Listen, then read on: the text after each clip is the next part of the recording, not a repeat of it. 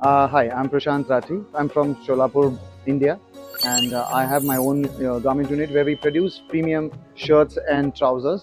And we have 115 people working with 100 machines. And now we are planning to expand for a 250 machines where we have bought a land and we are just constructing the factory. When we visited yesterday to the first factory, and I love the way smart intelligence of Zach is working. And so with this smart techniques, we can reduce our time, we can reduce and increase our efficiency of production, and the quality is of course very good.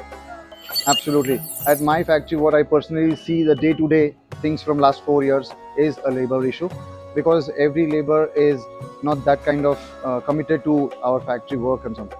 And we get a lot of tensions because they don't stitch, they don't have techniques, and they have time-consuming process, and they do very late. But with this, I'm surely going to come up with a Jack factory with our attire with the Jack factory. I have made up my mind because I know with this AI smart intelligent factory work from Jack, as well as AGV. So I want to implement these things, and the hanger system, which I beautifully liked it. We want to bring this in Cholapur and increase the production.